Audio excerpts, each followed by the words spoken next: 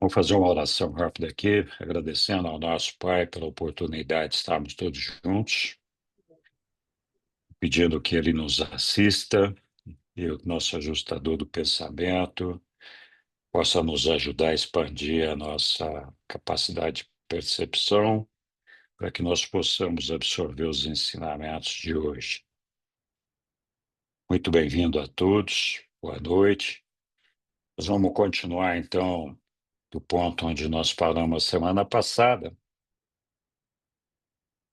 e já vamos procurar aqui um leitor para nos ajudar na leitura aqui. Vamos lá, quem vai se animar aí? Estamos aqui no item 5 do documento 189.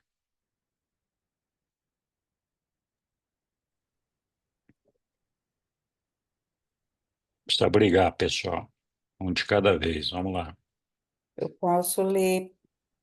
Vamos lá, Lilian, por favor. Obrigado. Nada. Pedro e João na tumba. Enquanto os dois apóstolos corriam para o Gólgota,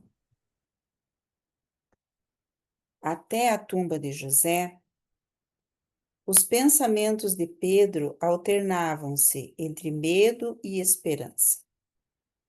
Ele temia encontrar o Mestre, mas a sua esperança era estimulada pela história de que Jesus havia mandado uma palavra especial para ele. E ele achava-se quase persuadido de que Jesus estava realmente vivo. Relembrou-se da sua promessa de que ressuscitaria no terceiro dia. Por mais estranho que pudesse parecer, essa promessa não havia sido lembrada por Pedro, desde a crucificação até este momento, em que ele corria para o norte, atravessando Jerusalém. À medida que João saía apressado da cidade, um estranho êxtase feito de júbilo e de esperança inundava a sua alma. Ele estava quase convencido de que aquelas mulheres realmente haviam visto o Mestre ressuscitado. João, sendo mais jovem do que Pedro, ultrapassou-o e chegou primeiro à tumba. João permaneceu junto à entrada, olhando para dentro da tumba, que estava exatamente como Maria a havia descrito. Logo, Simão Pedro chegou correndo e, entrando, viu a mesma tumba vazia, com as mortalhas arrumadas de um modo peculiar. Quando Pedro saiu, João entrou e, igualmente, viu tudo por si próprio. Deixa eu baixar aqui. Viu tudo por si próprio. E então, ambos sentaram-se na pedra para refletir sobre o que significava tudo que eles haviam visto e ouvido. E enquanto estavam sentados lá, reviraram por completo nas suas mentes o que havia sido dito a eles sobre Jesus, mas não conseguiam perceber claramente o que havia acontecido. Inicialmente, Pedro sugeriu que a tumba houvesse sido saqueada, que inimigos houvessem roubado o corpo, talvez subornando os guardas. Mas João ponderou que a tumba não teria sido deixada tão arrumada se o corpo tivesse sido roubado.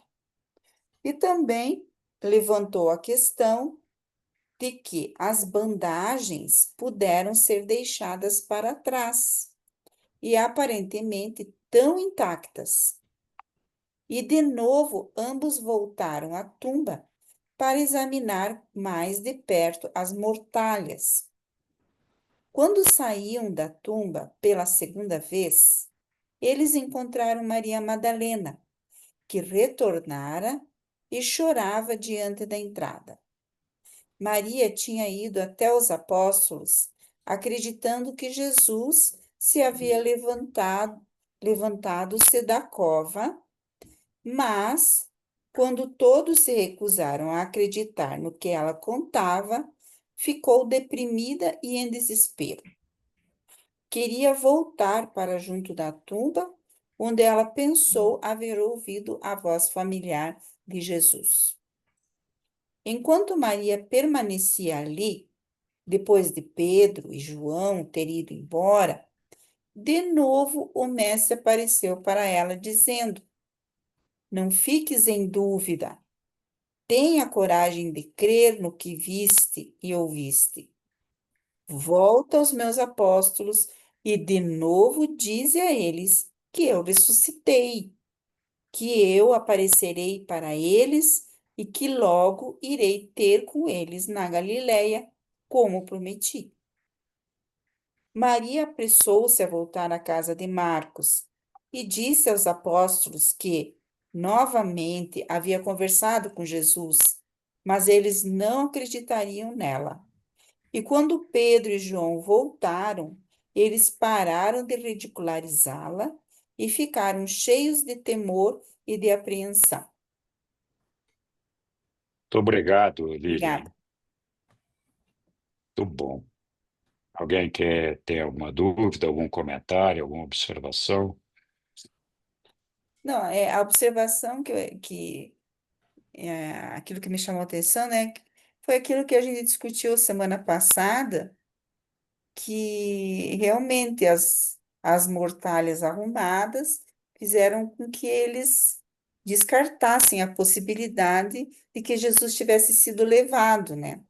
Porque como que levaram o corpo e deixaram tudo arrumadinho ali? Então não faz sentido. Pois é. E levaram o corpo sem roupa, né? É, pois é. É. Mas é engraçado, o pessoal, apesar de Jesus ter antecipado por inúmeras vezes para os apóstolos o que iria acontecer, na verdade não adiantou muito, porque eles nem se lembravam do que Jesus tinha falado, né? Que ia ressuscitar e todo aquele negócio.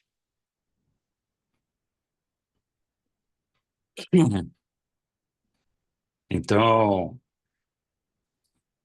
muitas vezes a gente não consegue entender ou gravar na memória aquilo que foi combinado, o que foi dito, né? Mas é curioso. Muito bem. Se ninguém tiver nenhuma outra observação, vamos continuar, né? Diga lá, Hélio.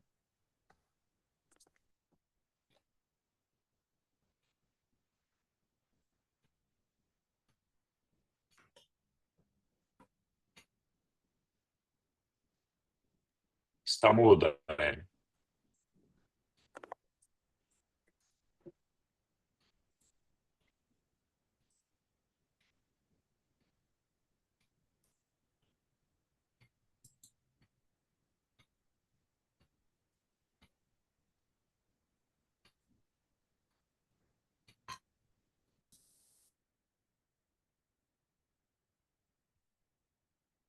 Ainda não.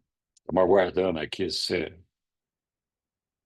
clicar nesse microfoninho aí.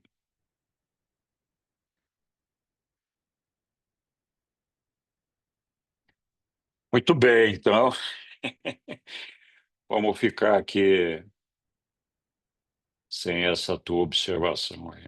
Vamos lá. Enquanto você trabalha aí, vamos continuar a leitura aqui. Pois se você voltar, a gente volta para o ponto que você quiser discutir. Muito bem, então entramos agora aqui no documento 190, né? que fala das aparições. Eu já consegui entrar no ar. Oh, Foi agora sim, então. sorte. Então vamos lá. Sorte? Por Vamos. favor, põe na tela. Deixa eu só voltar minha planilha aqui. É, Minha fonte é outra. é, Pronto, eu vou entrar aqui na minha planilha. tá bom. Entre lá. Mas, efetivamente, é, eu queria ver o seguinte: no texto, acho que está no 3, deve estar no 3, é citado a palavra cova.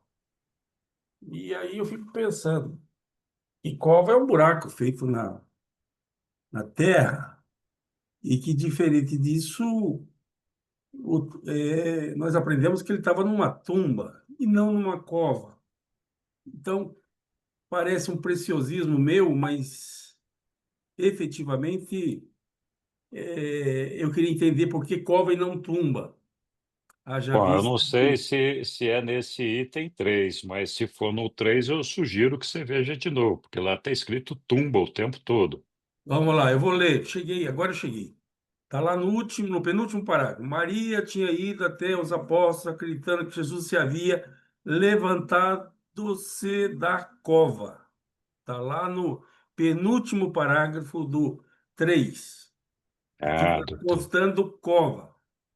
Hum. É, enfim, é que eu costumo destacar em amarelo e é muito difícil que eu me equivoque com relação às minhas marcações. Mas continuando, no 4, o último parágrafo do 4,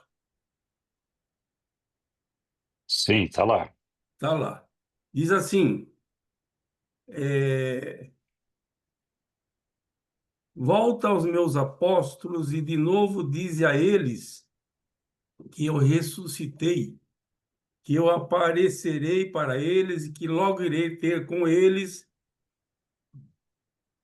na Galileia, destaque para Galileia, que é a razão da minha observação, porque vale lembrar, Jesus morreu em Jerusalém e a tumba ficava em Jerusalém. Aí, provavelmente, eu queria destacar, talvez eu esteja aqui me antecipando, mas Jesus apareceu para os apóstolos em Jerusalém ou na Galileia. Então, é apenas. E aí tem aí mais de 140 quilômetros que distanciava um do outro, sem falar no fato que Jesus tinha acabado de ressuscitar e não estava na sua melhor forma física. É apenas um destaque. Quem sabe na sequência o texto se revela ou alguém já pode se antecipar desde logo. Obrigado. Obrigado, Aélio. Eu acho que nós vamos ver as aparições monanciais de Jesus aqui, né? Que vai aparecer ali onde vai se falar onde Jesus apareceu para eles. E, bom, eu não sei qual é a questão com relação à cova ou tumba. Para mim, eu não sei se tem uma diferença um do outro, mas para mim é tudo a mesma coisa. A não ser se de repente tem alguma coisa que faça a gente pensar diferente. O dicionário Mas, ensina o que é cova. Se quiser, eu posso postar depois. não, não precisa. Tá? Mas não são sinônimos, são coisas distintas. Então, a minha curiosidade não tem a ver com o significado de cova em relação à tumba, porque eu sei que não são sinônimos. É apenas porque consta cova quando, na verdade, devia constar exclusivamente tumba. Eu vou postar Ah, aqui o que o dicionário ensina sobre cova, só para conhecimento. tá bom. Muito bem, então vamos ver. Fala, Lilian. Não, eu vi no inglês, e no inglês está sepultura, que eles usaram a palavra grave em inglês, né? Eles usaram na primeira parte, foi traduzido como tumba, se não me engano, né? Mas geralmente pode ser sepultura também. E nessa parte de Maria, que foi traduzido como cova, não sei por quê, mas também está como grave, tá? Então foi uma questão de tradução ali, Isso, uma né? questão de tradução, mas eu acredito que eles chamavam de Já tomb, que você como está tumba vendo, ou grave. já que você está vendo no inglês aí nessa parte que fala que iria encontrar eles na Galiléia, Galiléia, que está escrito no inglês, No 189, é no último parágrafo no ali que vai último que eu vou encontrar. ver.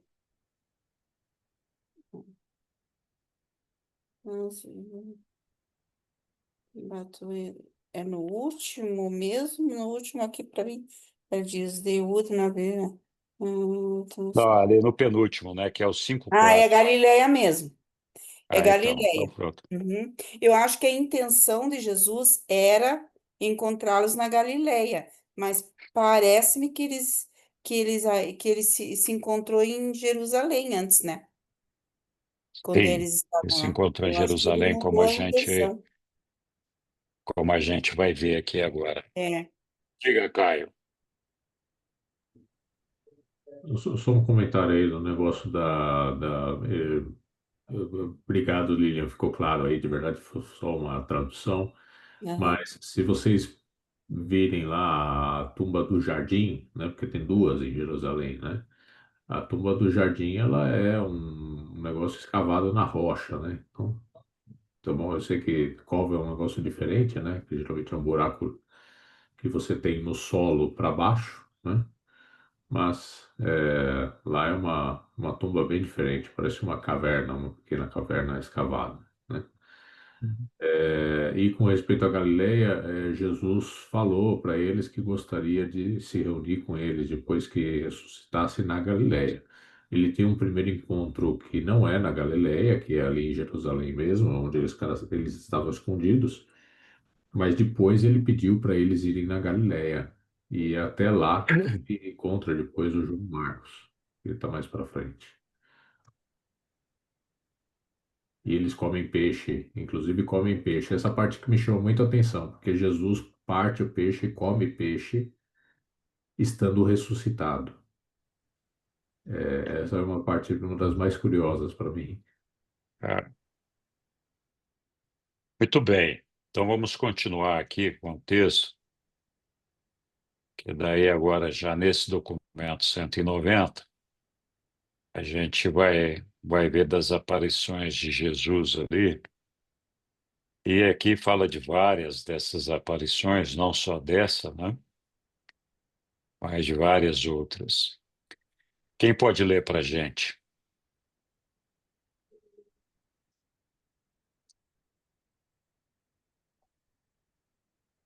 Ok. Eu posso Nas continuar. aparições, diga lá, Líria, vamos Ah, lá, mas, continua. mas você pode ler se quiser também. Oi, eu posso ler se quiser. Ah, tá. Então, Tiago. Não, vamos lá, Tiago. As aparições mononciais de Jesus.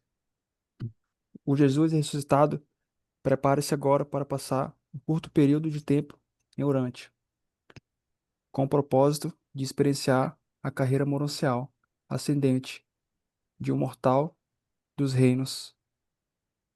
Ainda que esse período de vida mononcial esteja para ser passado neste mundo da sua encarnação mortal, sob todos os pontos de vista, porém, será o equivalente à contraparte da experiência dos mortais do sistema de Satânia, os quais passam pela via mononcial, progressiva, nos 7 mundos das mansões de Jerusalém. Todo esse poder que é inerente a Jesus, o dom da vida, e o capacitou a ressuscitar dos mortos, é a dádiva mesma da vida eterna que ele outorga aos crentes dos reinos e que assegura, ainda agora, a sua ressurreição dos vínculos da morte natural. Os mortais dos reinos levantar-se-ão na manhã da ressurreição com o mesmo tipo de corpo de transição homoroucial que Jesus teve quando se levantou da tumba naquela manhã de domingo. Esses corpos não têm sangue circulando, e tais seres não se servem de alimentos materiais comuns.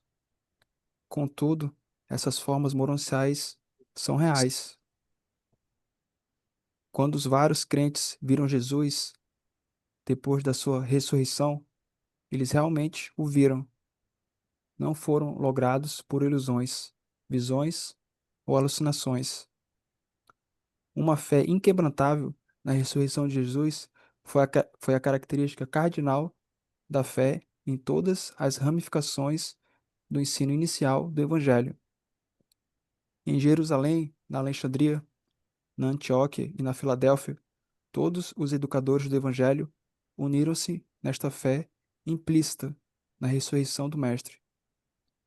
Ao examinarmos o papel proeminente de Maria Madalena ao proclamar a ressurreição do Mestre, deveria ficar registrado que Maria era a porta-voz principal para o corpo de mulheres, como Pedro o foi para os apóstolos.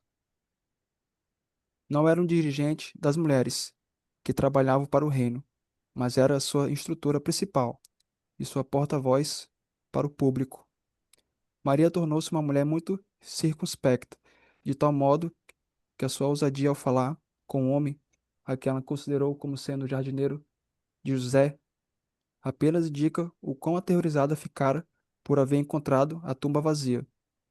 Foram a profundidade e a agonia do seu amor e a plenitude da sua devoção que a levaram a esquecer, por um momento, a convenção que impunha a proibição à mulher judia de abordar um homem estranho. Obrigado, Obrigado, Henrique. Tiago. Tudo bem. Algum comentário?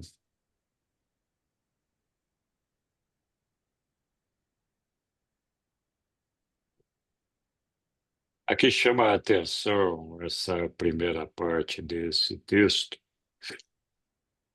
que fala que Jesus viveu a sua vida moroncial entre nós, a forma moroncial. Então, ele não viveu a vida moroncial como nós vamos viver ali nas morôncias. Então, esse é o aspecto que diferencia essa transição moroncial dele daquela transição moroncial que todos nós iremos fazer em algum momento, né? E, claro, eu acho que o principal objetivo de Jesus era nos fazer perceber que ele havia de fato ressuscitado e que ele ressuscitara numa forma diferente daquela que ele vivia aqui entre nós, mostrando como seria a forma monancial que nós iríamos viver quando nós ressuscitássemos ali na Morôncia, né? Diga, Flávio. Sim, aqui, ó, bom, Jesus seria o único ser, então, que viveu aqui um curto período na Terra, né, a sua vida monancial, tá?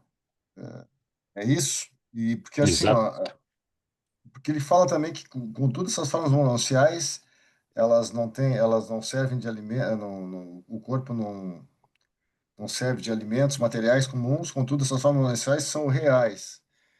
Então, é uma vida com densidade ainda, mas sem as necessidades básicas do corpo, seria isso? A nossa vida monancial, o livro de Urante, os reveladores, eles dizem que a gente sim se alimenta enquanto estamos ali na morôncia, Hum, mas eles não descrevem exatamente o tipo de alimento, hum, né, que a gente recebe. E, além disso, eles dizem a única coisa que tem é que eles dizem que esse alimento não gera, o nosso organismo lá nas morâncias não produz nenhum resíduo, né? Não sobra nada daquela alimentação, né? Então, Isso para os mortais que ressuscitam ali na Morôncia e tal. Então, aqui eles falam que Jesus, então, prepara-se para passar um período curto, né, de tempo em Urântia, com o propósito de experienciar a carreira monancial ascendente de um mortal dos reinos, né? Então, esse período que ele passou aqui seria como viveríamos cada um de nós lá nos reinos, nas Morôncias, exceto que ele esteve aqui entre nós, e nós vamos ter a nossa vida ali na vida moroncial, né? É, então, não sei se alguém quer acrescentar alguma coisa aqui. Diga, Hélio. Eu tive a mesma curiosidade que Flávio. É, basicamente, o que eu entendi até agora, que a vida moroncial acontece nas morôncias, efetivamente. E aqui, o texto, eu podia pôr na tela de novo, o 1. Posso. Tá lá, Hélio, o texto 1. Olha lá, o que diz o texto? O Jesus ressuscitado prepara-se agora para passar um curto período de tempo em Urântia, destaque para Urântia, com o propósito de experienciar a carreira moroncial ascendente de um mortal dos reinos. Então, a experiência moroncial tem a ver, sim, com o corpo, que não é o corpo, o mesmo corpo nascido em mulher, mas também tem a ver com uma agenda diferenciada. E certamente a agenda de Jesus, em relação à agenda que nós podemos eventualmente ter nessa carreira moroncial, é completamente diferente. Flávio falou na exposição dele que é peculiar que apenas Jesus tenha sido citado com o corpo moroncial, vivendo uma experiência moroncial, ainda que com uma geografia diferente do que a gente aprendeu. Mas em reuniões anteriores, nós falamos dos 100 assessores do príncipe que receberam corpos não nascidos de mulher, com, enfim, com características humanas, o plasma e coisa do tipo. Mas a pergunta é, esse corpo necessário que os assessores, os 100 assessores receberam, necessariamente não é igual ao nosso, nascido de mulher. De novo, indo mais adiante, é só para destacar o fato da exclusividade. Indo adiante, nós temos, de novo, a experiência de Adão e Eva, que foram incorporados em corpos que também não nasceram de mulher. Também não nasceram de mulher. E esses corpos, de novo, são especiais de tal forma que eles serviriam como matriz de uma elevação biológica. Então, se ele seria matriz de uma elevação biológica pela atividade sexual, pelo acasalamento, esse corpo não poderia ser igual ao nosso, que efetivamente ainda carece dessas características. Seguindo adiante, tudo já foi comentado, mas já que a oportunidade surgiu e aqui nós temos uma configuração de participante diferenciada, eu estou trazendo o assunto de novo. Quem sabe a gente tem uma compreensão melhor a partir da contribuição de cada um. Nós temos mais uma experiência, qual seja, relacionada a corpos, a de Maquiventa Melquisedeque, que é um corpo É, adulto. Ele não nasceu de mulher, já veio adulto, já maduro. Mas, enfim, apenas para contextualizar o comentário do Flávio. Mas a minha inscrição não tem a ver com isso, para variar. A minha inscrição tem a ver com o 5. Podia pôr na tela, por favor, o 5? é, Já está na tela? já está na tela, Hélio. É porque eu estou olhando para outra fonte, por isso eu preciso de ajuda. Vou lá, vou ler. Ao examinarmos o papel proeminente de Maria Madalena ao proclamar a ressurreição do Mestre, deveria ficar registrado que Maria era a porta-voz principal para o corpo de mulheres, e aí onde me chamou a atenção, com destaque, como Pedro o foi para os apóstolos. Eu entendi que o principal portador diante dos apóstolos, o líder, o executivo, o administrador era André, o irmão dele. Apenas um destaque. Obrigado.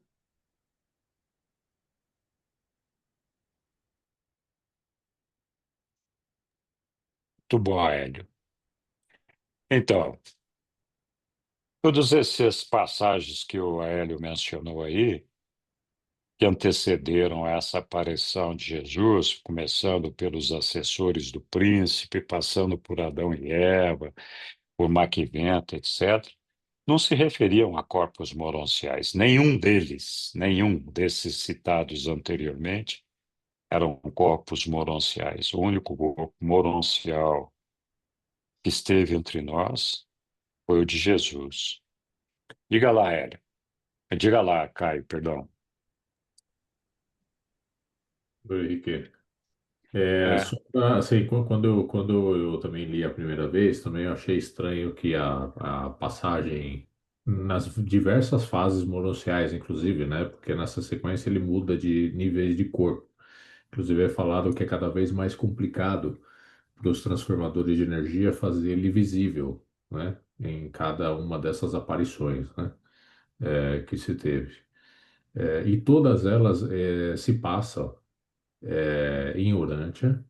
E, inclusive, é dito que vinham comissões de seres ascendentes de Jerusalém para Orântia para ter sessões com Jesus nessa caminhada mononcial dele aqui, tá? Então, uma coisa totalmente atípica, né? Então, é, imagina que seres ascendentes vão a um planeta para, né, visitar e ver Jesus na fase da continuação mortal dele, vamos dizer assim.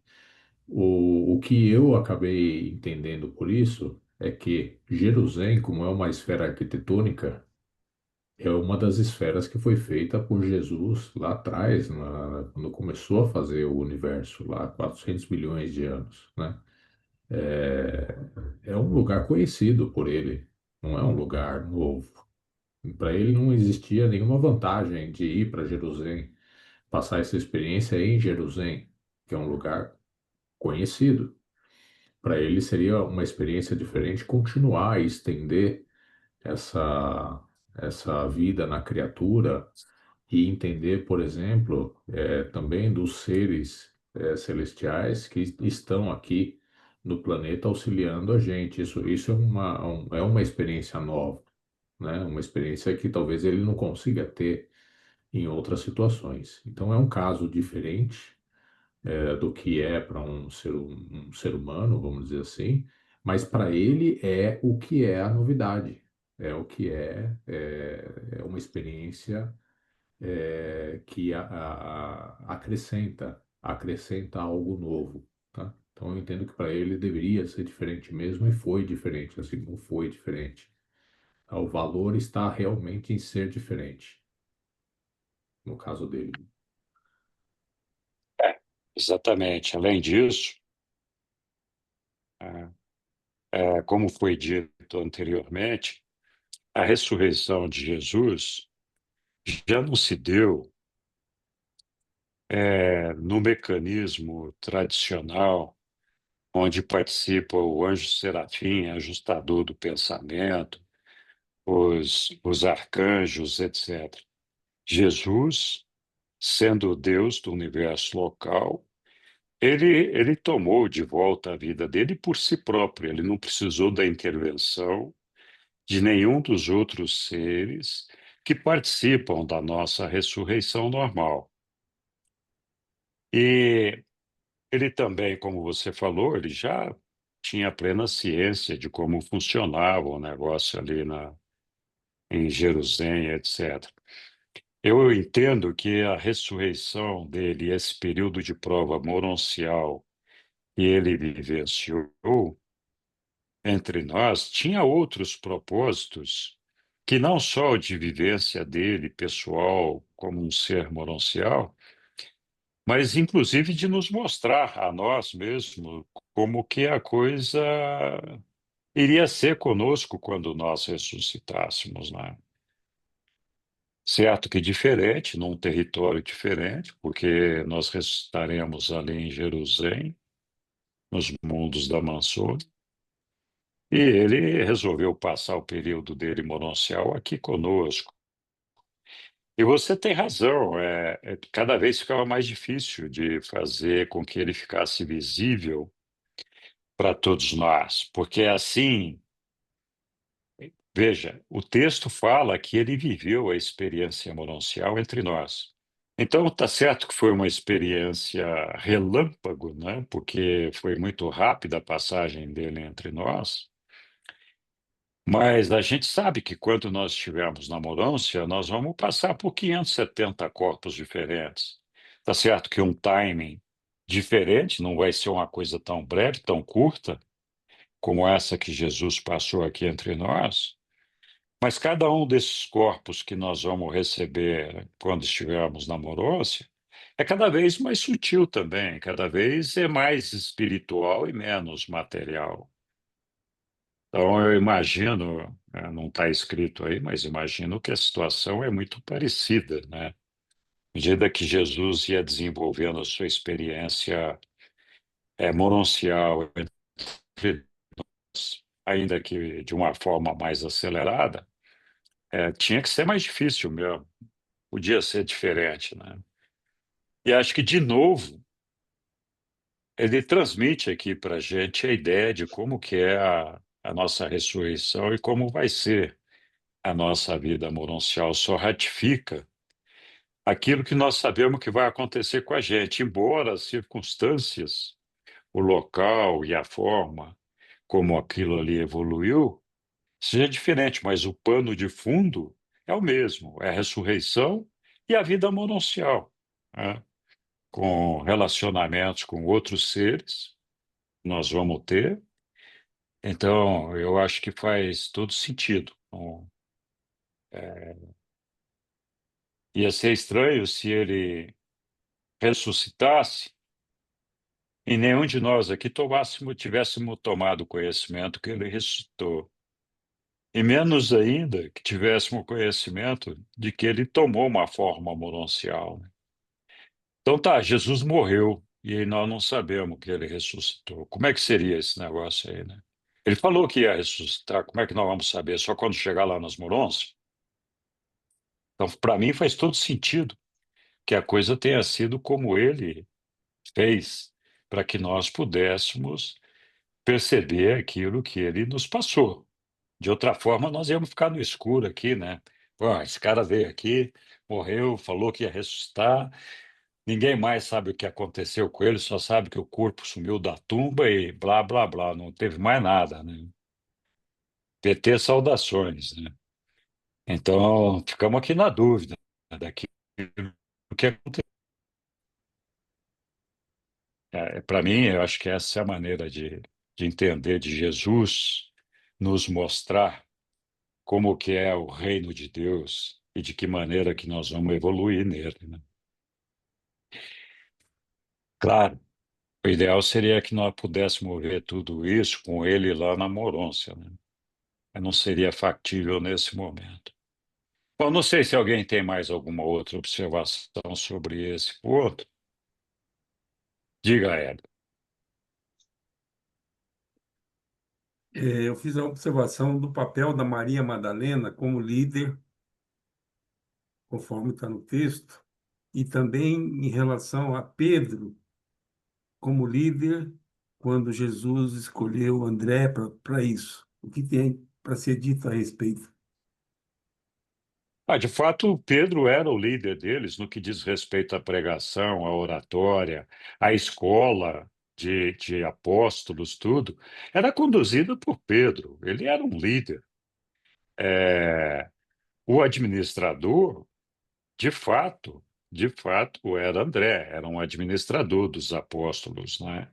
E como administrador exercia a sua liderança.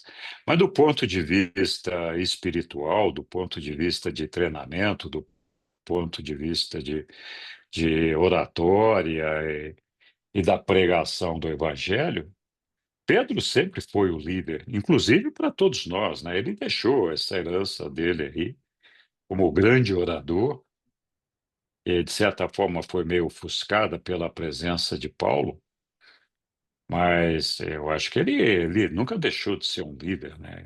Embora não seja descrito como o administrador dos apóstolos, ele era um líder. Diga, Caio. Só relembrando aqui algumas coisas. Primeiro que Maria Madalena não era a líder do corpo feminino, era a porta-voz. É, então é um pouco diferente, mas assim como Pedro era o porta-voz também. Quando ia alguém falar pelos 12, geralmente era Pedro, porque é dito no livro que ele era o mais eloquente na hora das pregações públicas. Então ele acabava ficando com essa função. E uma outra coisa é que um pouco antes da última ceia, de verdade, Jesus eh, tirou essa responsabilidade de André como o líder dos 12, né? Retirou isso dele e deixou para o grupo depois escolher, e o grupo naturalmente depois acabou deixando com Pedro como o líder, né?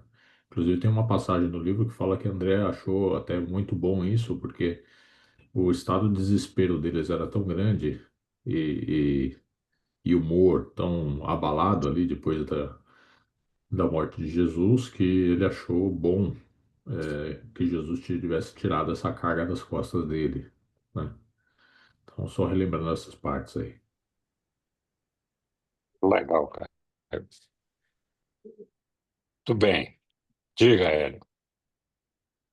É, não está no texto que nós acabamos de ler, não está no texto, mas no comentário foi falado que se Jesus não tivesse ressuscitado, teria deixado,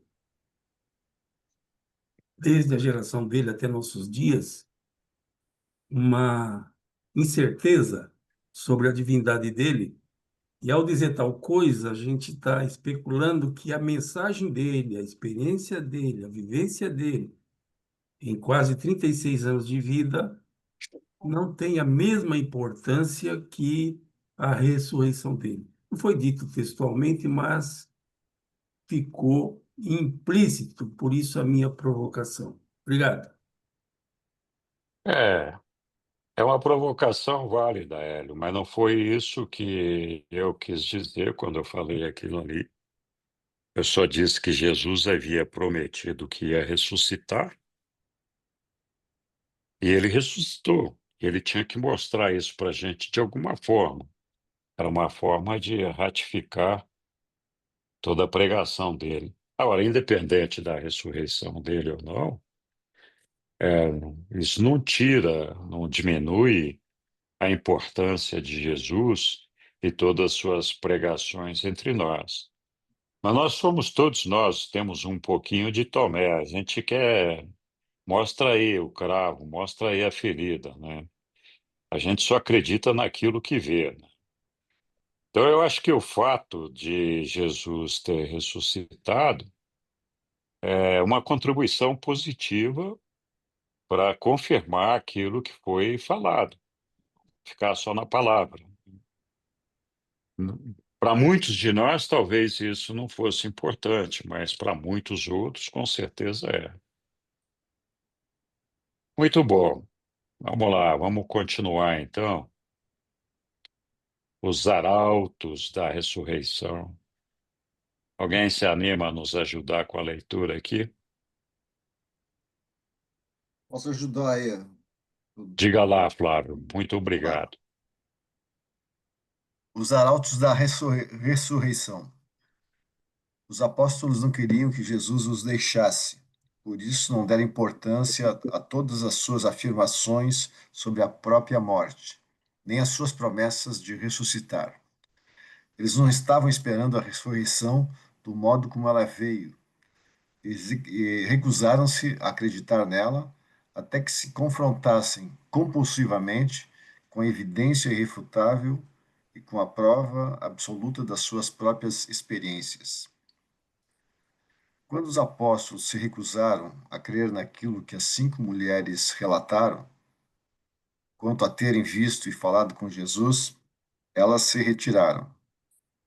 Maria Madalena voltou ao sepulcro e as outras foram de volta para a casa de José, onde essas últimas contaram a sua experiência para a filha dele e as outras mulheres. E as mulheres acreditavam naquilo que ouviam. Pouco depois das 6 horas, a filha de José de Arimateia e as 4 mulheres que haviam visto Jesus seguiam para a casa de Nicodemos e ali relataram todos esses acontecimentos a José, a Nicodemos, a Davi Zebedeu e a outros homens reunidos ali. Nicodemos e os outros duvidaram da sua história, duvidaram de que Jesus houvesse ressuscitado dos mortos e conjecturavam se os judeus não teriam removido o corpo. José e Davi estavam dispostos a acreditar no que ouviram, tanto que se apressaram a sair e inspecionar a tumba. Encontraram tudo exatamente como as mulheres haviam descrito. E foram os últimos a ver o sepulcro assim, pois o sumo sacerdote enviou o capitão dos guardas do templo para a tumba, às 7 horas e 30 minutos, a fim de retirar de lá as mortalhas. O capitão enrolou-as todas no lençol de linho e atirou-as dentro de um precipício próximo.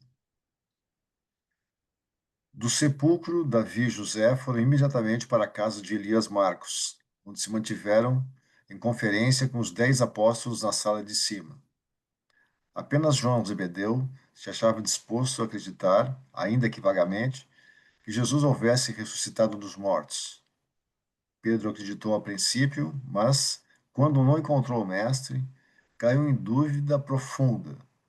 Estavam todos dispostos a acreditar que os judeus haviam retirado o corpo de lá. Davi não argumentaria com eles, mas quando saiu, ele disse: Vós sois os apóstolos e devíeis compreender essas coisas. Não discutirei convosco. Contudo, volto agora para a casa de Nicodemos, onde marquei de me reunir com os mensageiros esta manhã. Quando eles estiverem reunidos, eu os enviarei para a última missão, como arautos da ressurreição do Mestre.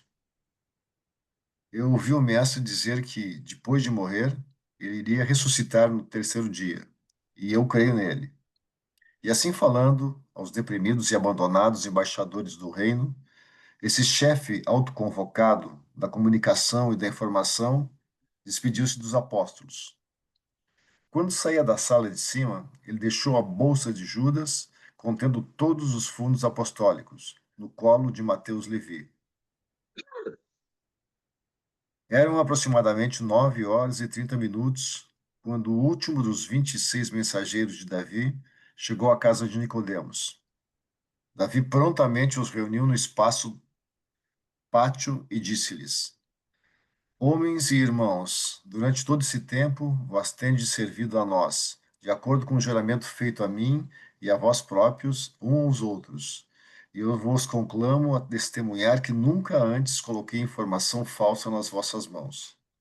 Estou a ponto de enviar-vos para a vossa última missão, como mensageiros voluntários do reino. E assim fazendo, eu vos libero do vosso juramento e dissolvo o corpo de mensageiros. Homens, eu declaro a vós que terminamos nosso trabalho. O Mestre não mais tem necessidade de mensageiros mortais. Ele ressuscitou dos mortos. Ele nos disse, antes de o haver empreendido, que iria morrer e que levantaria de novo ao terceiro dia. Eu vi a tumba, está vazia. Conversei com Maria Madalena e 4 outras mulheres que falaram com Jesus. Agora eu desfaço esse grupo, me despeço de vós e vos envio para vossas respectivas tarefas. E a mensagem que devereis levar aos crentes é: Jesus ressuscitou dos mortos, a tumba está vazia. A maioria daqueles que estavam presentes trataram de persuadir Davi a não fazer isso, mas não conseguiram influenciá-lo.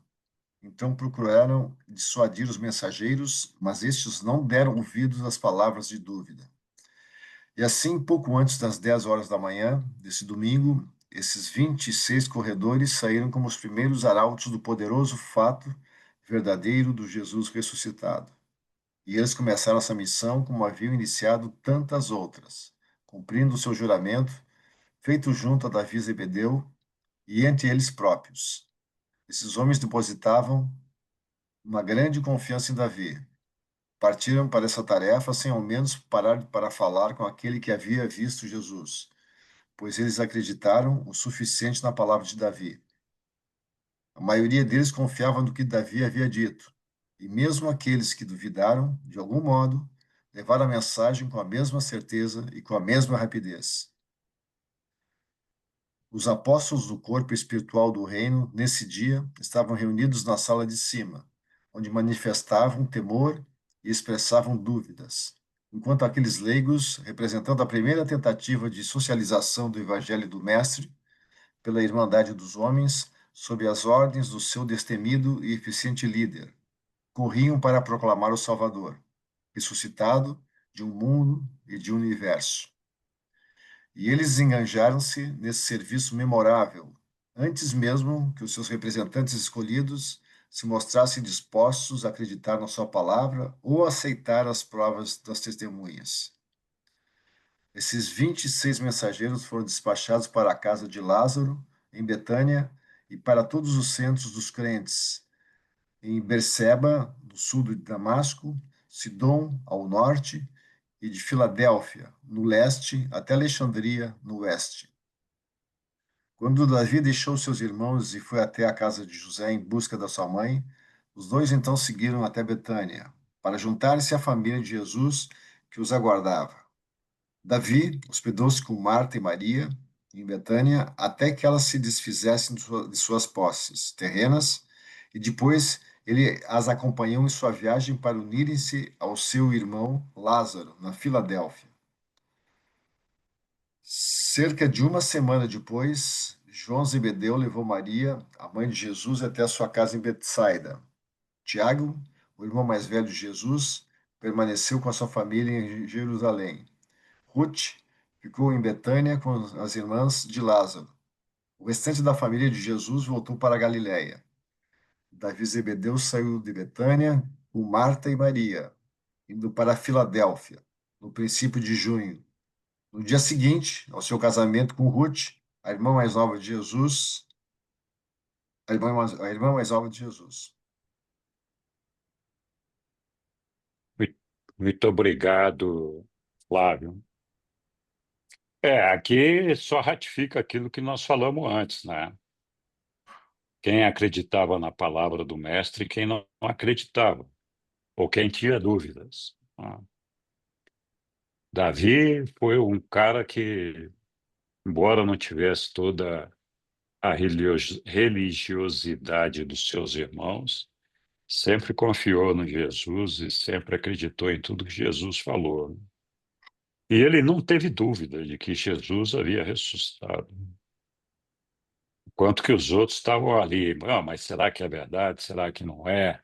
Não sei, tem que ver, não sei o quê. Então, interessante toda essa história aí. Diga lá, Hélio.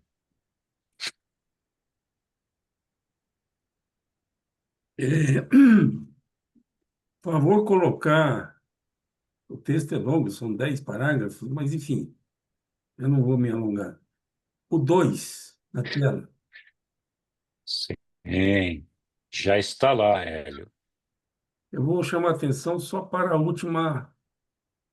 Não, a penúltima e a última frase desse texto, desse parágrafo.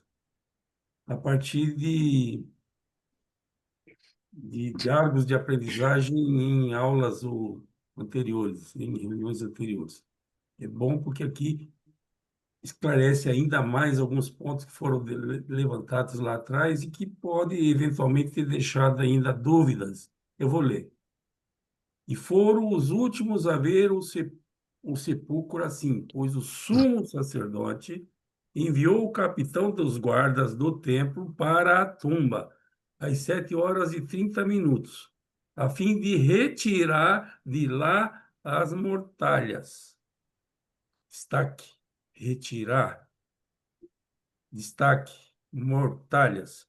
E agora o ponto. O capitão da guarda, o capitão enrolou-as todas, destaque por todas, no lençol de linho e atirou-as dentro de um precipício próximo.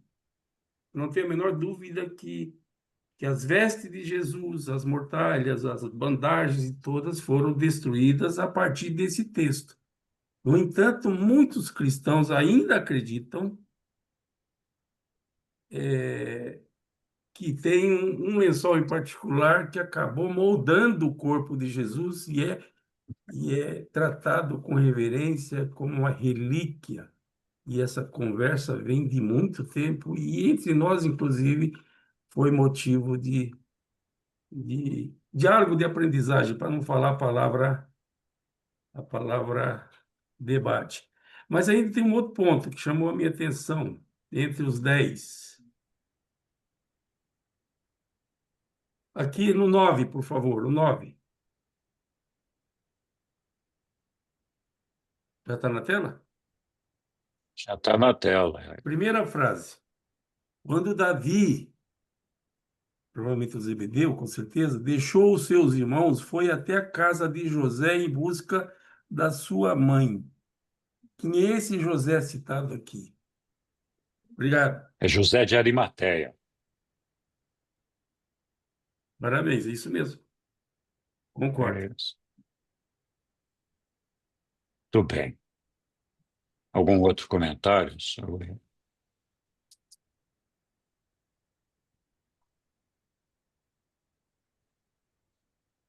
Então, o fato mais curioso e mais relevante aqui é o fato realmente daquela dúvida que persistiu entre os apóstolos de se Jesus teria ressuscitado ou não, enquanto que Davi não teve dúvida nenhuma, né? Mandou todo mundo sair apregoando imediatamente que Jesus havia ressuscitado. Então, é uma questão pessoal, do nosso relacionamento pessoal com Deus, com o nosso ajustador. Enfim, a gente ainda lendo essas histórias aqui, muitos de nós ainda temos as nossas dúvidas de se seria tudo isso mesmo ou não. Mas é isso aí. Não sei se alguém quer fazer algum outro comentário.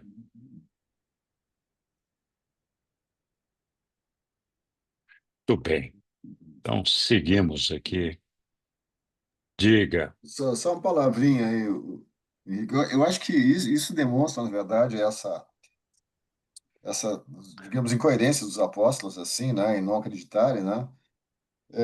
Essa semelhança, na verdade, né, com os demais mortais, que somos nós também, né, com relação a dúvidas que a gente tem, né, e as dúvidas que a gente tem com relação, né, as questões, na verdade, da ressurreição, enfim, né. Então, acho que isso demonstra que a gente está no mesmo nível, né, porque às vezes a gente se acha num nível muito abaixo, assim, né, do que foram esses homens, né, esses apóstolos, assim. Mas é da natureza humana, né, em que pese se ter fé, né, ter aquela última dúvida, assim, mas será que foi isso mesmo? Então, eu não me sinto tão desgraçado assim quando eu ouço isso. Eu acho que até foi uma coisa humana, digamos assim, né, e perdoável. É isso. Exatamente, você lembrou bem, Flávio. E, inclusive, tem algumas passagens que os reveladores dizem que o estranho seria se nós não tivéssemos dúvidas, né? Então, as dúvidas vêm, elas vão e voltam. Pô, mas será que é isso mesmo? Será que não é? E aí depois a gente vai lá, não, é isso, né? E quantas vezes a gente não fica aqui pensando, né, se estamos no caminho certo, né? É, mas é como também foi dito, faz sentido tudo isso, né? faz sentido que a nossa vida tenha essa progressão ou não? Se não faz sentido, então as dúvidas são maiores. Mas se a gente vendo todas essas, toda essa lógica da nossa construção de perfeccionamento, se faz sentido para nós, as dúvidas vão ser menores, com certeza. Muito bem, vamos continuar aqui na leitura. E agora nós vamos falar das aparições de Jesus em Betânia. E quem é que vai ler para nós? Eu vou me ausentar um minutinho enquanto vão fazendo a leitura aqui. Mas vamos lá, quem vai ler? Posso ler de novo?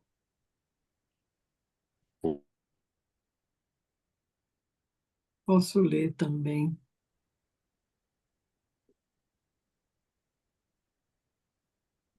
Tá, tudo bem, pode ler.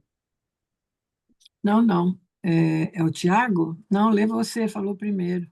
Fica tranquilo. Tá bom, então. Vou ler. As aparições de Jesus em Betânia. Sim. Calma aí, deixa eu desligar a televisão aqui. Tava ligado.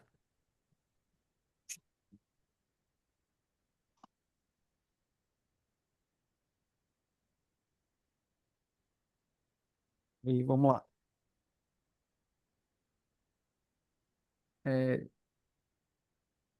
da época da ressurreição moroncial até a hora da sua ascensão espiritual às alturas, Jesus fez 19 aparições isoladas, na forma visível, para os seus crentes na terra.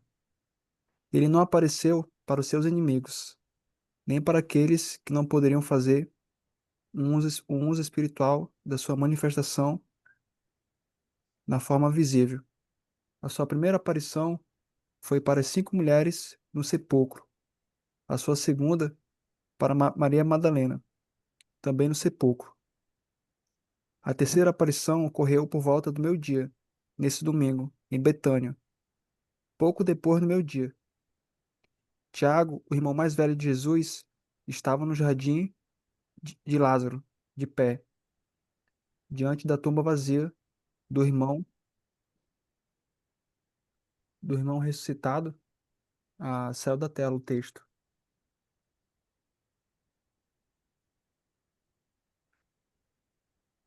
Acho que o Henrique vai voltar.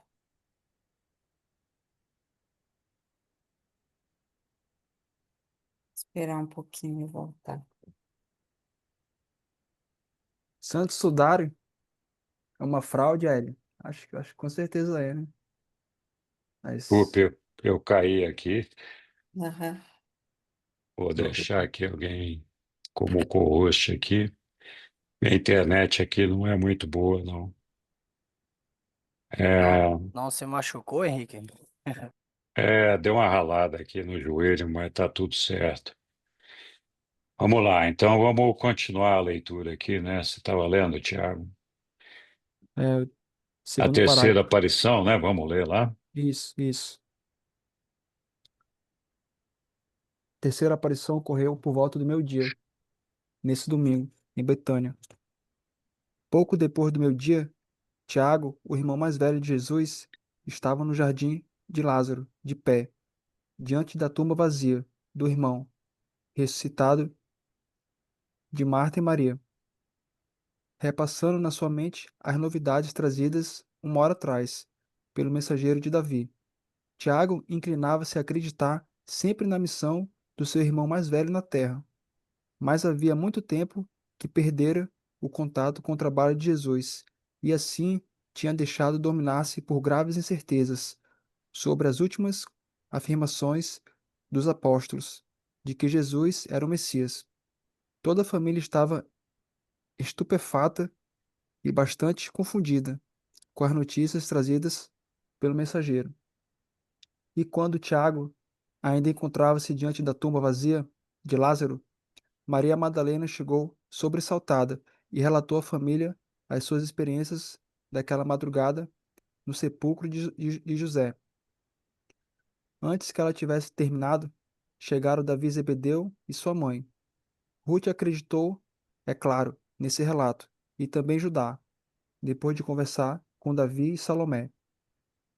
Nesse meio tempo, quando procuraram por Tiago, e antes de encontrarem-no, enquanto permanecia ali, no jardim próximo da tumba, Tiago apercebeu-se de uma presença próxima, como se alguém tivesse tocado no seu ombro, e quando ele voltou-se para olhar, pôde ver a aparição gradual de uma estranha forma ao seu lado. Ele ficou por demais atônito para falar e amedrontado demais para fugir. Então, a estranha forma expressou-se com estas palavras, abre aspas, Tiago, vim com a finalidade de chamar-te para o serviço do reino. Dá as tuas mãos sinceramente aos teus irmãos e segue os meus passos. Fecha aspas. Quando Tiago viu o seu nome sendo pronunciado, ele soube que era o seu irmão mais velho, Jesus, que se dirigia a ele. Todas as pessoas apresentavam dificuldades, maiores ou menores, para reconhecer a forma monuncial do mestre. Ai, desculpa, eu fiquei um pouco emocionado nessa parte.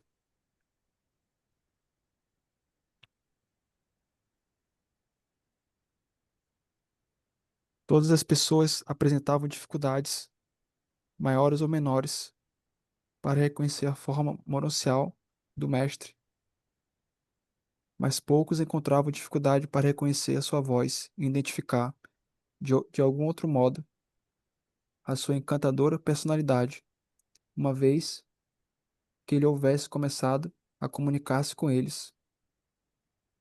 Quando Tiago percebeu que Jesus estava dirigindo-se a ele, quase caiu de joelhos, exclamando, abre aspas, meu pai e meu irmão, fecha aspas. Mas Jesus, mas Jesus solicitou-lhe que ficasse de pé, enquanto lhe falava, e caminharam pelo jardim, conversando por quase 3 minutos. Falaram sobre as experiências de tempos atrás e anteciparam os acontecimentos do futuro próximo. À medida que, à medida que se aproximaram da casa, Jesus disse, abre aspas, adeus, Tiago, até quando eu os vi a todos juntos, fecha aspas. Tiago correu para casa, enquanto eles o procuravam em Betfage, exclamando, abre aspas, acabo de ver Jesus e de falar com ele. Até mesmo conversei com ele. Não está morto. Ele ressuscitou e desapareceu diante de mim, dizendo, adeus, até quando eu os vi a todos juntos. Fecha aspas. Mal acabou de falar e Judá chegou, e então, em consideração a este, Tiago contou novamente a experiência que teve com Jesus no jardim, e todos começaram a acreditar na ressurreição de Jesus. Tiago agora anunciava que não iria voltar para a Galiléia, e Davi exclamou, abre aspas, ele está sendo visto, não apenas por mulheres exaltadas. Mesmo os homens de corações fortes começaram a vê-lo. Espero eu próprio vê-lo também. Fecha aspas. E Davi não teve de esperar muito, pois a quarta aparição de Jesus para o reconhecimento mortal ocorreu pouco antes das 2 horas, nessa mesma casa de Marta e Maria. E Jesus surgiu, bem visivelmente, diante da sua família terrena e dos seus amigos. Ao todo, 20 pessoas. O mestre apareceu na porta aberta, dos fundos, dizendo, abre aspas, a paz esteja convosco. Saudações para aqueles que estiveram próximos de mim, na carne e irmandade, para os meus irmãos e irmãs no reino do céu. Como pudestes duvidar? Por que titubeartes por tanto tempo, até seguir do fundo do coração a luz da verdade? Vinde, pois, todos vós a irmandade do Espírito da verdade, no reino do Pai. Fecha aspas. Quando começaram a recobrar-se do choque inicial e do próprio espanto, iam aproximar-se dele como que para abraçá-lo, Jesus desapareceu das suas vistas. Todos queriam correr para a cidade e contar aos apóstolos hesitantes sobre o que havia acontecido, mas Tiago os conteve.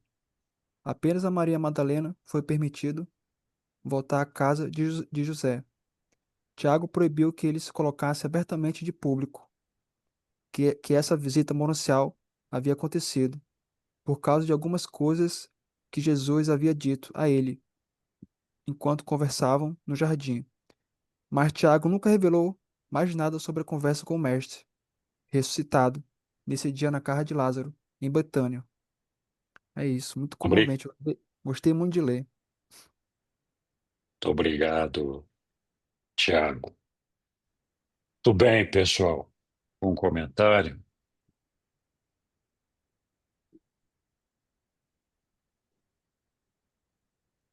Interessante Jesus ter aparecido para Tiago, né? Para o irmão dele, Verdade. e, e depois para a família e os amigos, né? 20 pessoas. Então, antes dos apóstolos, ele se comunicou com Tiago, falou ali, convidou ele para ser apóstolo, uma coisa que ele não fez em vida, né? Ele foi fazer depois, é interessante isso. Por que depois, né? Sendo que Tiago iria sofrer bastante, e eu acho que morreu ali, dali uns anos, eu não lembro muito bem como que foi, mas ele foi líder da igreja em Jerusalém, né? Mas vai falar depois isso. Exatamente, Lili. Essa foi a quarta aparição, né? Ali, a terceira com Tiago e a quarta ali com a família, né? Isso. Jesus teve 19 aparições no total, e a gente vai ver que algumas delas para um grupo bastante numeroso de pessoas. É, e ali Jesus já falou do Espírito da Verdade, né? Ali para a família dele. Ah, interessante. Muito bem, alguma outra dúvida, comentário? Nós seguimos adiante aqui. Vamos lá, então.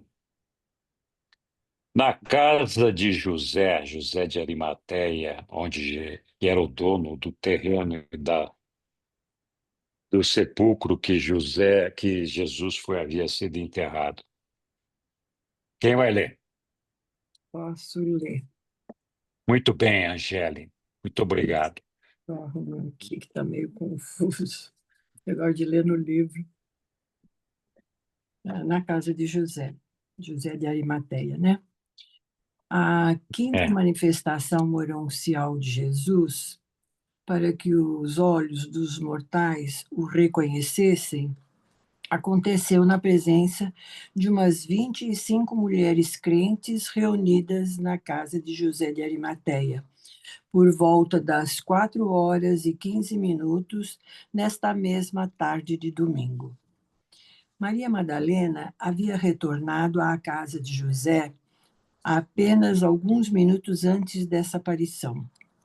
Tiago, o irmão de Jesus, havia solicitado que nada fosse dito aos apóstolos a respeito da aparição do Mestre em Betânia. Ele não havia pedido a Maria que se abstivesse de contar o ocorrido às suas irmãs crentes. Assim, depois de ter pedido segredo a todas as mulheres, Maria relatou o que havia acontecido enquanto ela esteve com a família de Jesus em Betânia. E no meio mesmo desse relato emocionante, um silêncio súbito e solene caiu sobre elas. e todas contemplaram bem próximo de si a forma totalmente visível de Jesus ressuscitado. Ele saudou-as, dizendo: a paz esteja convosco. Na comunhão do reino não haverá judeus nem gentios, nem ricos nem pobres, nem livres ou escravos, nem homem ou mulher. Vós também sois chamados a tornar público a boa nova da liberdade da humanidade por meio do evangelho da filiação a Deus no reino do céu. Ide a todo mundo proclamar esse evangelho e confirmá-lo para os crentes na fé. E enquanto fazeis isso, não vos esqueçais de ministrar aos doentes e fortalecer os que estão fracos e cheios de temor. E eu estarei sempre convosco, até mesmo nos confins da terra. E depois de falar assim, Jesus desapareceu da vista delas, enquanto as mulheres caíram com os seus rostos no chão e adoraram-o em silêncio. Das 5 aparições moranciais de Jesus ocorridas até esse momento, Maria Madalena havia testemunhado 4. Como resultado do envio dos mensageiros durante o meio da tarde e em consequência do vazamento inconsciente de indicações a respeito dessa aparição de Jesus na casa de José, um temor chegou até os dirigentes judeus durante o anoitecer sobre o que estava sendo relatado em toda a cidade, de que Jesus havia ressuscitado e que muitas pessoas estavam declarando tê-lo visto. Os sinedristas encontravam-se profundamente perturbados com esses rumores. Após uma rápida conversa com Anás, Caifás, convocou uma reunião do Sinédrio para as 8 horas naquela noite. Foi nessa reunião que foi tomada a decisão de expulsar das sinagogas qualquer pessoa que fizesse menção à ressurreição de Jesus. Foi sugerido mesmo que qualquer pessoa que afirmasse tê-lo visto deveria ser condenada à morte. Essa proposta, contudo, não chegou a ser votada, já que a reunião dispersou-se em uma confusão que beirava ao pânico. Eles haviam ousado pensar que haviam acabado com Jesus, mas estavam a ponto de descobrir que as dificuldades reais que teriam com o homem de Nazaré estavam apenas começando. Obrigado, Angélica. Nada. Muito bem. Alguém quer fazer algum comentário?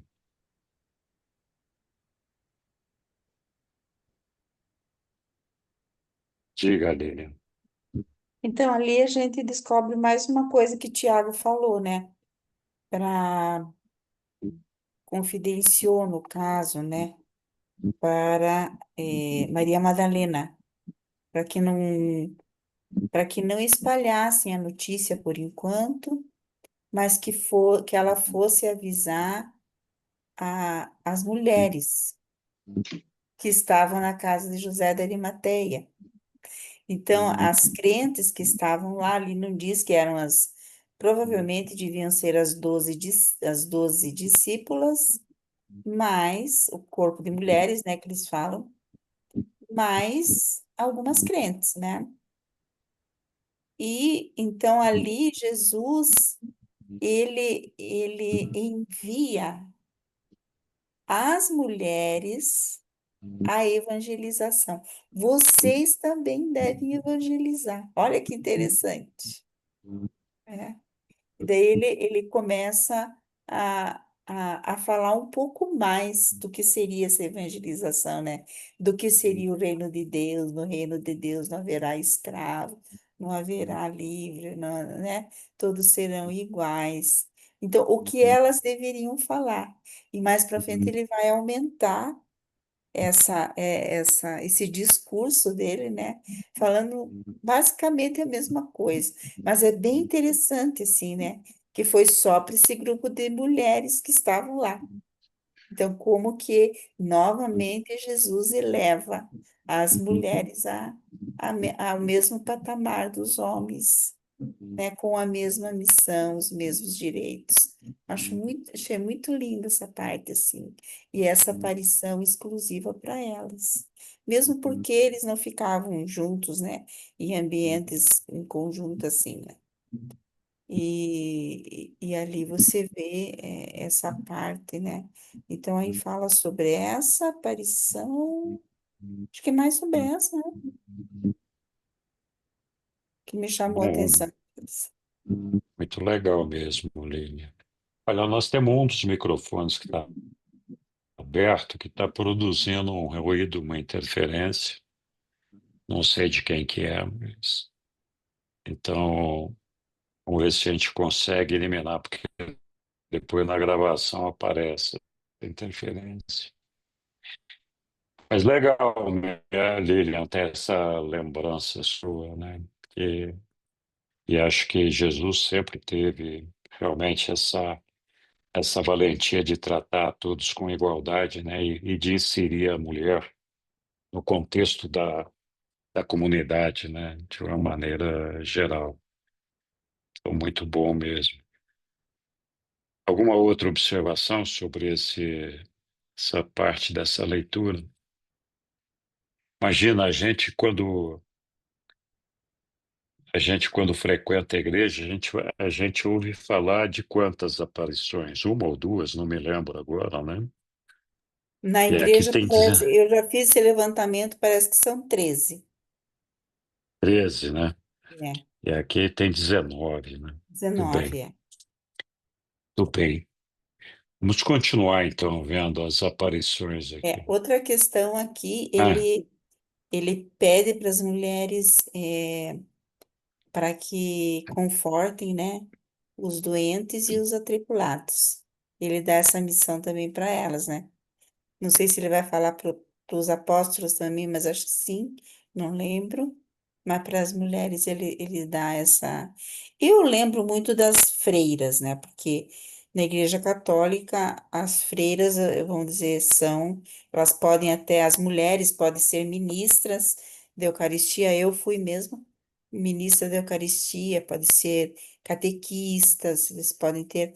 Mas as freiras, elas se dedicam totalmente ao serviço do Evangelho. E elas trabalham como educadoras, trabalham como enfermeiras em hospitais, médicas, e elas se dedicam totalmente a esse apostolado. É muito lindo, né?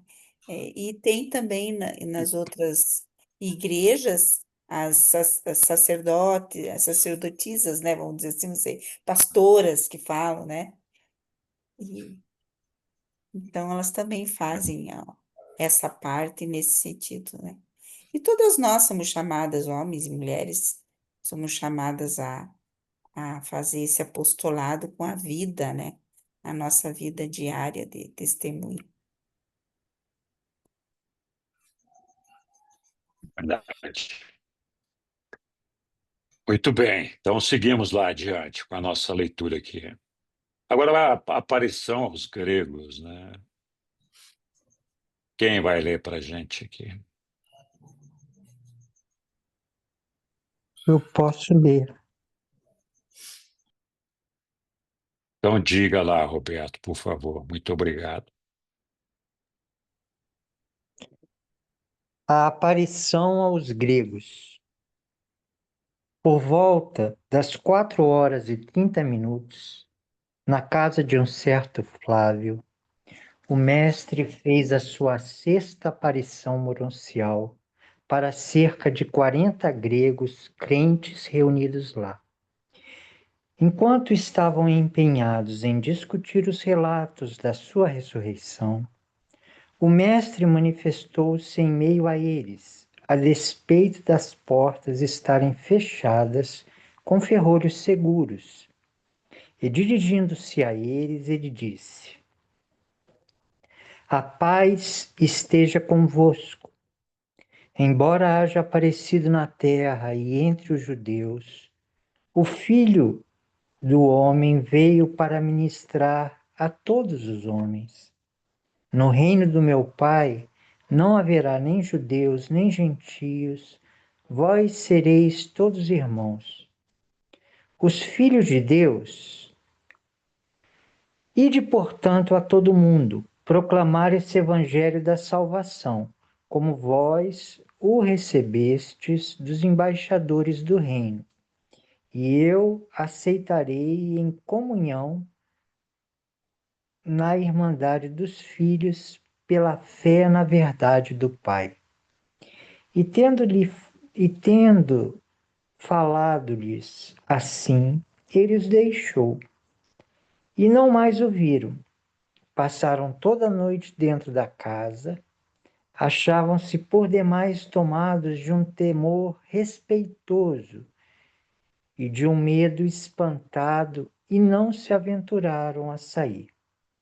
E nenhum desses gregos dormiu naquela noite. Permaneceram acordados, falando sobre essas coisas, e esperando que o mestre pudesse voltar novamente a vir a estar com eles. Nesse grupo achavam-se muitos dos gregos que haviam estado no Getsemane, na ocasião que Judas traiu Jesus com um beijo e os soldados o prenderam.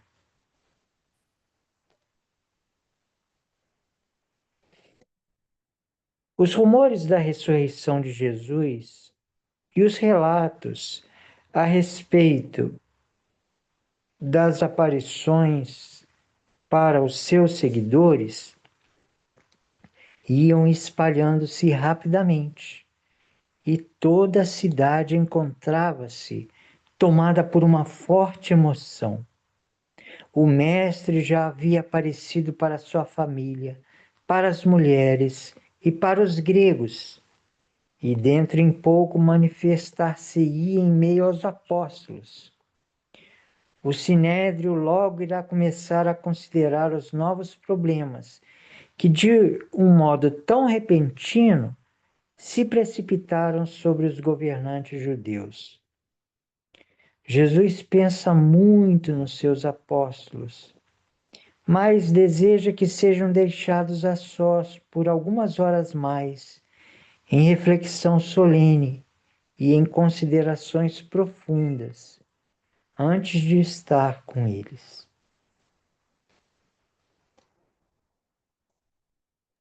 Obrigado, Roberto.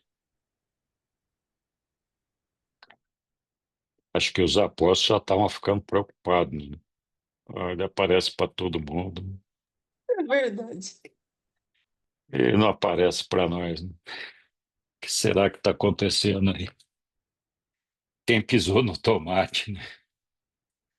Ai, ai, ai. Então, é um grupo grande esse, né? 40 gregos, né? Ali. Agora imagina aquele povo ali do Sinédrio, né?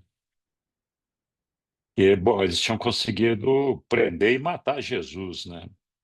Agora, como é que acabava com esse fantasma aí que estava aparecendo para todo lado? Que dor de cabeça, hein, cara? Que confusão, hein? É, não sei se algum deles chegou a considerar a possibilidade de que tudo isso fosse uma realidade, fosse verdade, que Jesus realmente tivesse ressuscitado, ou se eles se autoconvenciam de que tudo isso não passava de fofoca e de arrumação e artimanha para poder deixar os caras numa situação complicada. Mas é interessante todo esse negócio aí. Muito bem, seguimos adiante.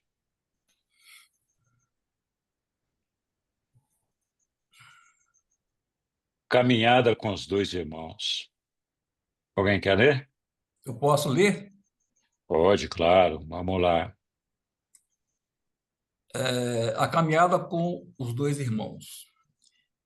Em Emaús, cerca de 11 quilômetros a oeste de Jerusalém, viviam dois irmãos pastores que haviam passado a semana da Páscoa em Jerusalém assistindo aos sacrifícios, aos cerimoniais e às festas. Cleófas, o mais velho, acreditava parcialmente em Jesus. Ao menos, havia sido expulso da sinagoga. O seu irmão, Jacó, não era crente, se bem que tivesse ficado bastante perplexo com o que havia ouvido sobre os ensinamentos e trabalhos do mestre. Nesse domingo, à tarde, a uns 5 quilômetros para fora de Jerusalém, e a uns poucos minutos antes das 5 horas, enquanto esses dois irmãos caminhavam na estrada para Emaús, eles falavam com grande convicção sobre Jesus, dos seus ensinamentos, do seu trabalho, e mais especialmente a respeito dos rumores de que sua tumba estava vazia e de que algumas das mulheres haviam conversado com ele. Cleófas estava a meio caminho de acreditar nesses relatos, mas Jacó insistia em que tudo era provavelmente uma fraude. Enquanto eles conversavam e debatiam desse modo, a caminho de casa, a manifestação monancial de Jesus, a sua 7ª aparição, veio junto a eles à medida que caminhavam. Cleófas muitas vezes ouvira Jesus ensinar e comera com ele nas casas dos crentes de Jerusalém em várias ocasiões, mas não reconheceu o mestre, nem mesmo quando ele falou abertamente com eles. Depois de andar um pequeno trecho da estrada junto com eles, Jesus perguntou: quais palavras estavam sendo trocadas entre vós com tamanha convicção quando eu cheguei? E quando Jesus falou, eles pararam e olharam para ele com uma triste surpresa. Disse Cleófas: como pode ser que estejas em Jerusalém e não sabias das coisas que aconteceram recentemente? Então o mestre perguntou: que coisas? Cleófas replicou: se não sabes dessas questões, és o único em Jerusalém que não ouviu os rumores a respeito de Jesus de Nazaré, profeta de palavra e feitos poderosos diante de Deus e todo o povo. Os sacerdotes principais e governantes entregaram-no aos romanos e exigiram que o crucificasse. E assim, muitos de nós estivemos esperando que fosse ele quem iria libertar Israel do jugo dos gentios. Mas isso não é tudo. É já o 3º dia desde que foi crucificado e algumas mulheres nos deixaram estupefados ao declarar que, muito cedo, nesta manhã, foram ao sepulcro e o encontraram vazio. E essas mesmas mulheres afirmaram que conversaram com esse homem. Sustentam mesmo que ele ressuscitou dos mortos. E quando as mulheres relataram isso aos homens, 2 dos seus apóstolos correram à tumba e também encontraram-na vazia. Aqui Jacó interrompeu seu irmão para dizer: mas eles não viram Jesus. Enquanto caminhavam juntos, Jesus disse a eles: quão vagarosos sois para compreender a verdade. Quando me dizeis que as vossas conversas são sobre os ensinamentos e o trabalho desse homem, Então, posso eu esclarecer-vos, já que estou mais do que familiarizado com tais ensinamentos. Não vos lembrais de que esse Jesus ensinou sempre que o seu reino não é deste mundo, que todos os homens, sendo filhos de Deus, deveriam encontrar libertação e liberdade no júbilo espiritual, na comunhão e na irmandade do serviço amoroso ao novo reino da verdade, do amor do Pai dos céus? Não lembrais que esse mesmo Filho do Homem proclamou que a salvação de Deus é para todos os homens, que ministrou aos doentes e aflitos, libertando quem estava atado pelas correntes do medo e escravizados pelo mal? Não sabeis que esse homem de Nazaré disse aos seus discípulos que deveria ir a Jerusalém, que seria entregue aos seus inimigos e estes o levariam à morte, mas que ele se levantaria ao terceiro dia? Tudo isso não vos foi dito? E nunca lestes nas Escrituras a respeito desse dia da salvação para os judeus e para os gentios, onde se diz que nele todas as famílias da terra serão abençoadas, que ele ouvirá o apelo dos necessitados e salvará as almas dos pobres que o procuram, que todas as nações o chamarão de abençoado, que esse libertador será como a sombra de uma grande rocha em uma terra exaurida, que ele alimentará o rebanho como um verdadeiro pastor, tomando as ovelhas nos seus braços e carregando-as eternamente no seu colo, que ele abrirá os olhos dos cegos espirituais e trará os prisioneiros dos desespero à libertação plena e à luz.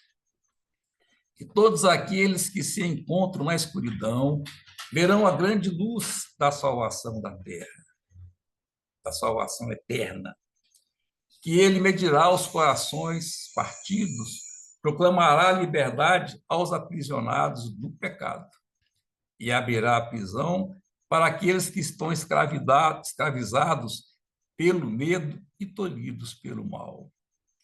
E confortará aqueles que estão de luto e outorgará a eles o júbilo da salvação.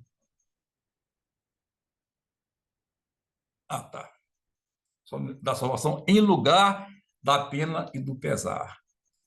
Que ele será o desejo de todas as nações e o júbilo eterno daqueles que buscam a retidão. Que esse Filho da verdade e da retidão se elevará sobre o mundo como luz curativa e poder salvador, e até mesmo que salvará o seu povo dos pecados, que realmente buscará e salvará os que estão perdidos, que não destruirá os fracos e sim ministrará a salvação a todos que têm fome e sede de retidão, que aqueles que acreditam nele terão vida eterna, que ele irá verter o seu espírito sobre toda a carne e que esse espírito da verdade será para cada crente como uma fonte de água, fazendo jorrar a vida eterna. Não compreendestes quão grande foi o evangelho do reino que esse homem entregou a vós?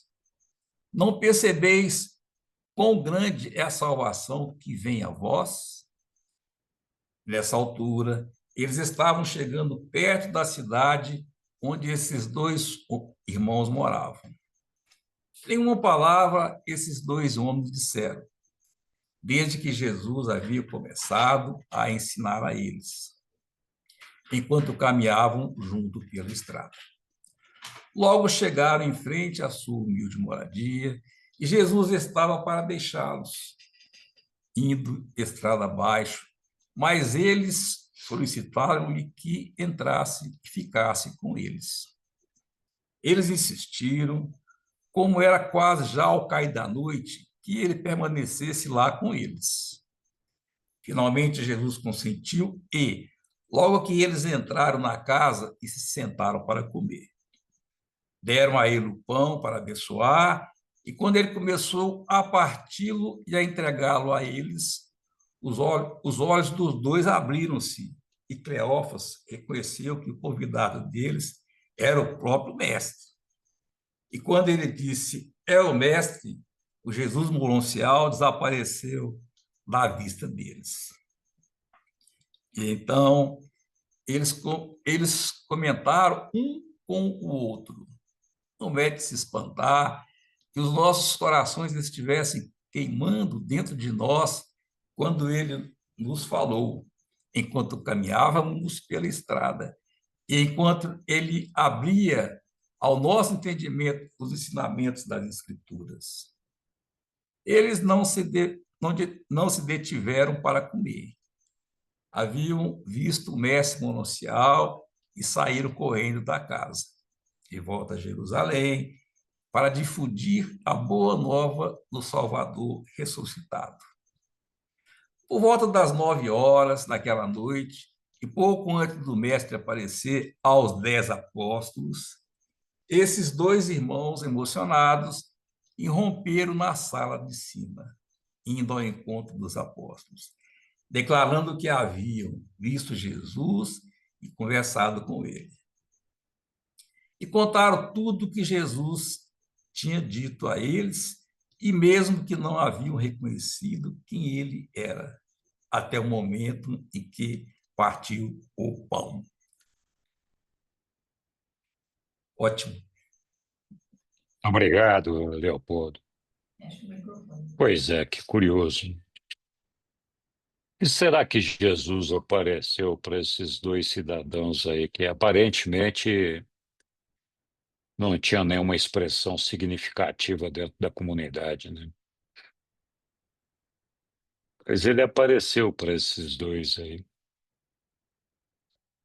e pouco conheciam dele, a não ser um deles, né? Diga, Lília. Eu acredito que ele quis saber o que, acho que aqueles que acreditavam mais ou menos, né? E aqueles que não acreditavam também, como é o irmão de Cleofas, né? Estavam falando sobre Jesus. O que que estava, o que eles estavam, o que estava ocorrendo ali, né? Quais eram as notícias sobre a ressurreição? Que eles contaram tudo que eles contaram que as mulheres foram lá, que os apóstolos não viram eles, né? Mas que as mulheres viram e tal. É interessante, eles deram assim um panorama do que eles ai, você não sabe né, do grande mestre que foi crucificado e tal. E interessante também que Jesus deu toda uma aula para eles sobre, né, sobre o reino. Quer dizer, mas vocês só sabem falar de ressurreição, como eles falaram assim, né? E aquilo que ele falou na terra, vocês não lembram? A mensagem que ele deixou, né? É só importante para vocês isso, a ressurreição? É interessante. Não sei, foi isso que eu entendi, né? Que Jesus disse, olha, né? Ele veio, vocês não lembram que ele falou isso, né? Porque por várias vezes o Cleofas tinha estado com Jesus, né? Em refeições, ele diz. E ele teve a paciência de. E essa já é a sétima, né? Aparição. É, né? É a sétima. Então, quer dizer, eu acho que Jesus ele estava se preparando para aparecer, vamos dizer, de uma forma mais completa para os apóstolos. Um morancial assim mais completo quando ele estivesse com os apóstolos, né? E daí ele poderia, acho que, ficar um pouco mais, porque a gente percebe que ele fica cada vez mais, né, com presente, assim, e depois ele logo some. Pois é. Diga lá, Leopoldo. É interessante assim, que com Jesus, com os dois, nós notamos o seguinte, que a quantidade de informações que Jesus passou para eles, né? É, É, não é? Inclusive até talvez o tempo tenha sido maior e, e até agora foi o que receberam mais informações dele, por incrível que pareça, né?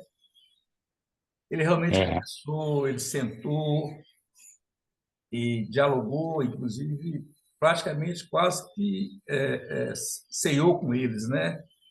Então foram aqueles dois que realmente nós estamos notando que Jesus dispensou mais tempo e principalmente preparando os dois para que ele já chegaria então aos apóstolos, né? Deve ser pois agora a é. próxima, né? É. Mas será que Jesus já não sabia tudo que o povo estava falando? Será que ele precisava conversar com esses dois para saber o que o povo estava falando? Também, É né? só uma pergunta, né? Eu acho que Eu acho que eu também fiquei pensando nisso, dá a impressão que é, né? Mas será que Justamente. ele também sabia? Tudo devia saber, né? Porque ele, como sendo Deus já nesse momento, ou será que essa transição monancial não permitia que ele soubesse de tudo? Também a gente não sabe, né? Justamente. é interessante essas considerações aí. É porque ele não Mas, podia ainda aparecer como ele era realmente. é, Tanto que o pessoal não reconhecia ele. Só mas os reconhecia caras foram lá ele correndo para contar para os apóstolos, né? depois, sim, É, quando reconheceram, porque quando Jesus fala,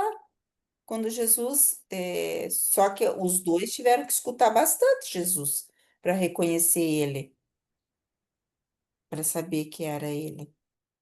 é.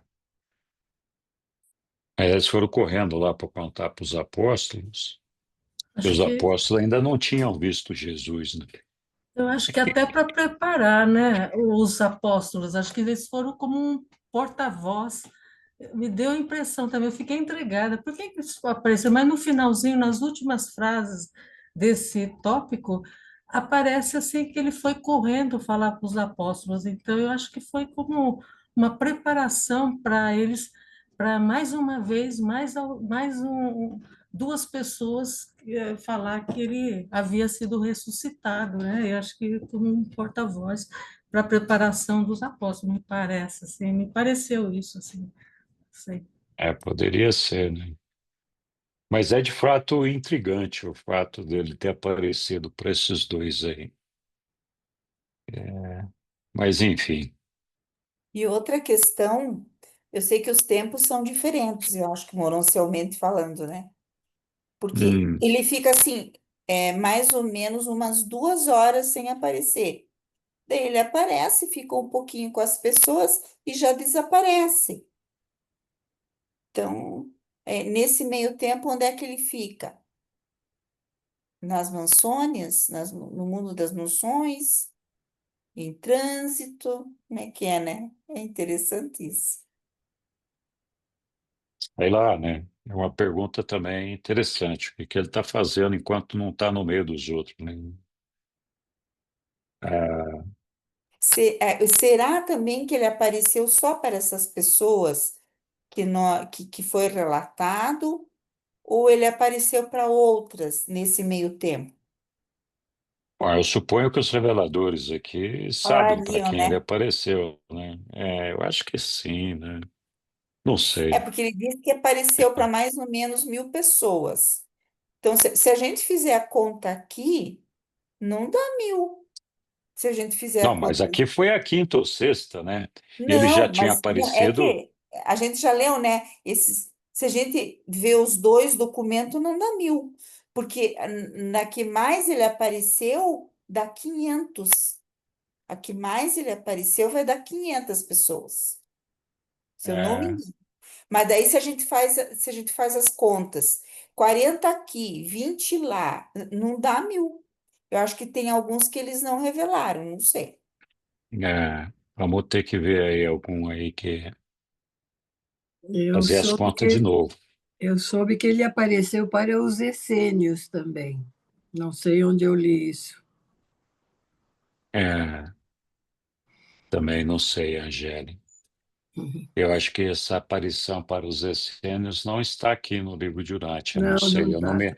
eu não É me bíblico. lembro de ter visto. Os essênios é bíblico. É bíblico, né? É a Bíblia. É. Para os Então, essênios. mas na Bíblia ele apareceu só 13 vezes, né, Lilian? Você falou, né? É, E, se eu não me engano, é 13 vezes. O Leopoldo, acho que pode ser que saiba mais, mas acho que é. Os e essênios, né? Os essênios, ele apareceu também. Ele teve um diálogo com os essênios, né? Certo. Muito bem, pessoal.